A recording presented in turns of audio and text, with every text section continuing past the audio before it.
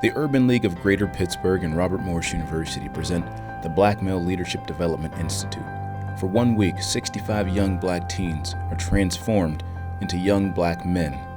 Their vision and understanding of the world explodes wide open with newfound possibilities and the opportunity of a better life. A life filled with goals and positive decision-making, where diversity and family values are embraced, and failure, prison, and mediocrity are not an option.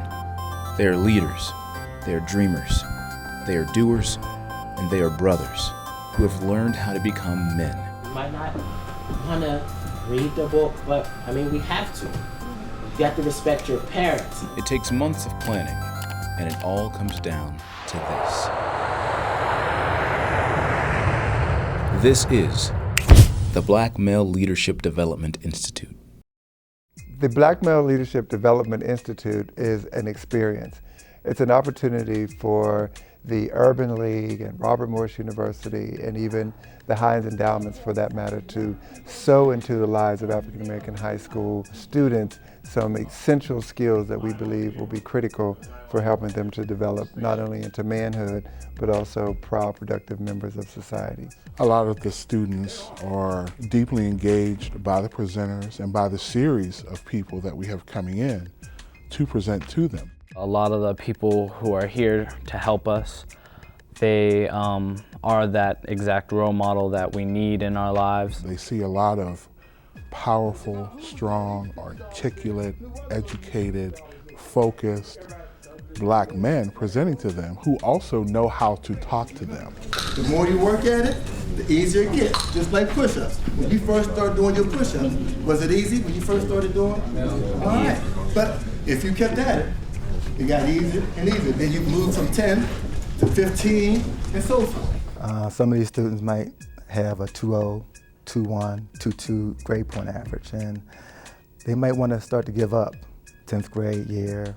I let them know that they have to get on the ball if they're serious about trying to advance in their life. I don't want to just get them into a particular institution.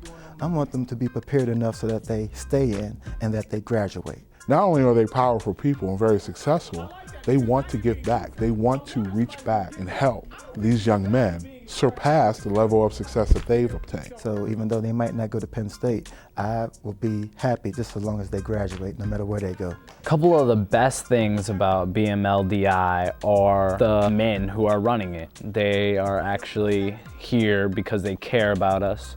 They're here not because they're getting paid. And he's also the director of Homo Children Village Project, and he's a pastor. What's up, y'all? I'm John Wallace III, and it's my daddy. All right. In many ways, these young men break the stereotypes and break the mold. So I think bringing them all together and giving them the opportunity to see one another and see other positive African-American men, both older and younger, I think it's a tremendous opportunity. It's really a gift to them. All right, I'm gonna give you 2 more minutes to wrap those bananas up. Put the banana together. That ain't how you got it. We're not dealing with their banana, we're dealing with your banana. If you don't have good values, you have to remember sometimes the things you do cannot be redone or fixed that quickly. You know, it only takes you 15 seconds to get into something that'll take you 15 years to get out of. I think what an experience like this offers to the students that are here is an opportunity to see the potential that they have in them begin to develop and blossom. I have a lot to learn from these great black men who have come here. The stars on fire inside me, shining, refining, reminding. When they get together for the learning community, they will interact with the speakers who are highly successful African American men from all walks of life who share their life story, who share their journey, who empower these young men to think and reach for greatness. But these discussions are then continued in the smaller clusters when they meet with their cluster leaders, and they have rich conversations where they share about their stories, their lives, their goals, their ambitions. And I think bonds are really created and established, and these bonds, we hope, will sustain them for the entire year because we want them to understand that this is their community. We're really just looking out for y'all. It is really one big family. Obviously, we're connecting with the majority of the kids, if not all of them, but definitely the ones in our group. We pretty much teach them how to grow, how to be men. It's like a net, like we all hold each other up to the same level. We actually pretty much hang out, you know, them 40 Cowboys. I've made a lot of new friends this week. I'm in a group, F Block, and we all put our group on a lot. F block, F block, F block, F block. Hang 'em. Get 'em. It's a great way to interact and gain the full experience of the summit. Creative brothers, we here forever. No matter what, we stick together. Being here helped me widen my horizon. Well, some of the speakers, it showed that everything isn't put in front of you. You literally have to break down doors and take it just because your complexion. You have to tear down that wall in the right way. There are different ways to obtain a goal. There's the fast way, there's the easy way, then there's the right way. If you do things the right way, you only have to do them once. Nothing in life is so complicated that it cannot be achieved by discipline and hard work. The path of least resistance is often the path that ought to be most avoided. Often we fear that which is unknown. So in order to overcome the fear of the unknown, let's make the unknown known. And the way we do that is by listening to each other, by paying attention to one another's stories, by respecting each other's stories, and by being willing to share our own. And then the other becomes the brother. There's changes in time, there's changes in weather. To birds of blood or birds of a feather. The separation of state, separation of man, separation of souls from the Holy Land. Who's bringing now close and see no division between the fool and his eyes. With his gavel, his prison. So weigh out the worth based on what's worth the most. Give love to the hate, and freedom you'll know. You will succeed. You have to have the determination and desire. You have to surround yourself with people who are doing the kind of work that you want to do, and they'll be happy to show you how to succeed. You can and you will. One of the things that I absolutely loved about this week was the trip to the charter school. They have been listening to presenters talk all week about leadership skills, what it takes, how to become a leader, how to step up your game. And we gave an opportunity to actually model that. Respect adults. Respect adults. Respect other people's property. Respect other people's property. So they went to the Urban League Charter School and talked to second graders, third graders, fourth graders, fifth graders. And I saw these young men really blossom because they were being looked up to. 36. 36. 38. 38. 40. 40. 42. 42. If not this week, at some point in the near future, they'll wake up one day and say, I get it. You know, I'm a man, I'm a black man, I'm a leader. The recession, make that guap and my parents' bills lesson. Hello, good morning, Mr. Corporate. Are you listening? It's slowly the prince from the home of the champions. Pittsburgh, Pennsylvania, baby, we still here. After we took the cup, you all disappeared. I understand now, you all just scared to put us on the map. Hello, good morning, Mr. Disappointment. Leadership is not about me and what I can get for myself. Leadership is ultimately about how do I serve others. Black male leadership is the ability to develop and maintain cultural and community direction while aligning others towards a common goal and motivating them to action, and also provoking them to achieve personal and organizational transformation. I learned that leadership isn't a word, it's not just an action, it's actually like a way of being.